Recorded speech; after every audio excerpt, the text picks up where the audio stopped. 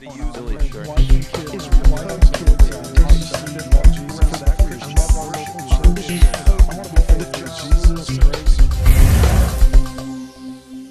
Because the governor has a real job and does not have that kind of leisure time.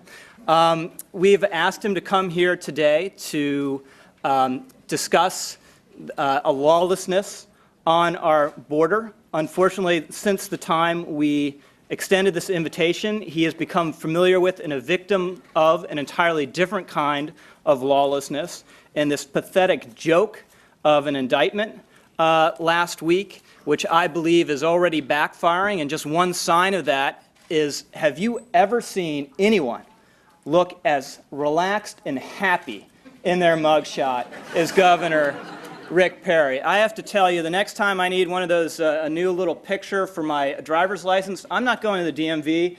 I'm going to Texas to get a mugshot after seeing that thing. So without further ado, let's welcome a great spirit, a great friend of National Review and the Heritage Foundation, a leader on the border, as on so many other issues, Governor Rick Perry.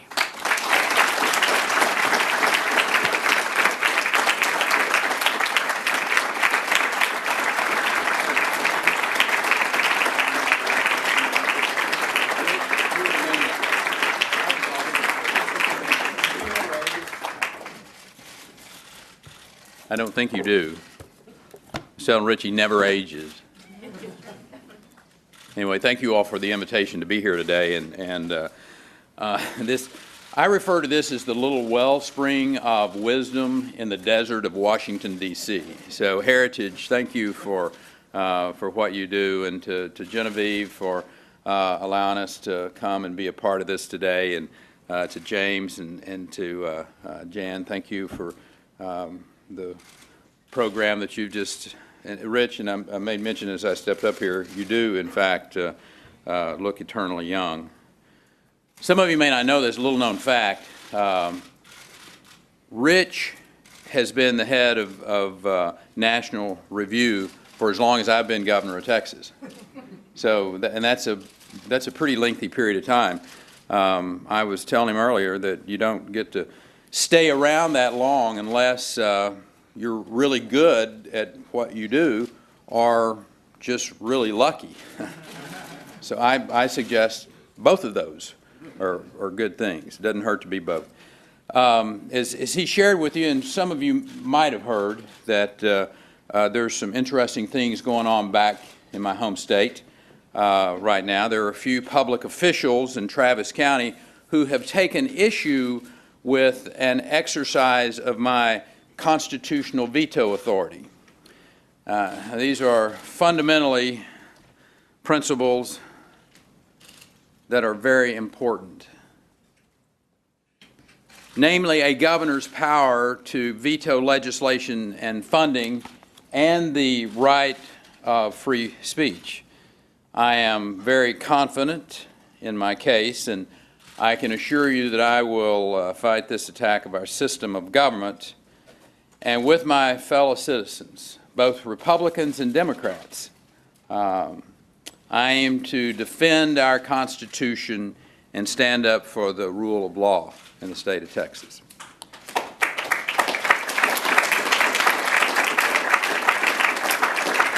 To all of you who work here at Heritage or at National Review, or for Republican leaders across the way, you have for 5.5 years been among the leading voices of the opposition.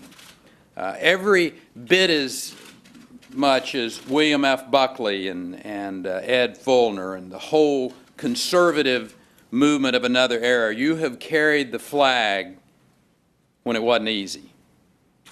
For conservatives across America, you have kept the supplies coming. You have been there with reasoned arguments, principled criticism, and spirited debate. You have been there to show optimism and camaraderie, and that's the mark of every good cause from my perspective. You've been holding the ground as best you can, and more than that, you've been pointing the way back for a new conservative majority.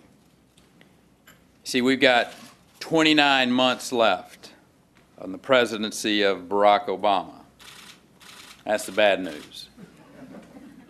The good news is that he's got exactly 136 days left until the next Congress convenes with a Republican House and a Republican Senate. He's going to get a little taste. He's going to get a little taste of checks and balances. He has an appointment, if you will, come January 3rd with constitutional limits. The election of 2014 is America's last chance to pass judgment on the Obama presidency. And something tells me he's not going to like it. You know, how different it is as we look back now when you think about how this presidency began. He came in decrying the smallness, the pettiness of Washington politics. He was the constitutional law professor who was going to raise our sights and make things work. He was going to govern a different way, uniting the country and building respect across party lines. And maybe you remember the part about improving America's standing in the world. There were all kinds of offenses for us to atone for. Our reputation, we were told, needed some polishing, and he was the right guy for the job. The constitutional law background has worked out in a rather interesting way when you think about it. 20 times, unanimously, the Supreme Court has had to set him straight on the limits of executive power. And when an American president is constantly exceeding his lawful authority, it doesn't exactly do much for bipartisan goodwill either. He's taken to saying, if Congress won't act, I will, which certainly stirs up a certain element of our society out there. The problem is we've still got two elected branches of government in this country, and yet for all of those inconveniences, we still like to do things democratically. We're seeing this misuse of presidential power right now. And one of the issues that brings us here today, and that is the integrity of our nation's security, our nation's border.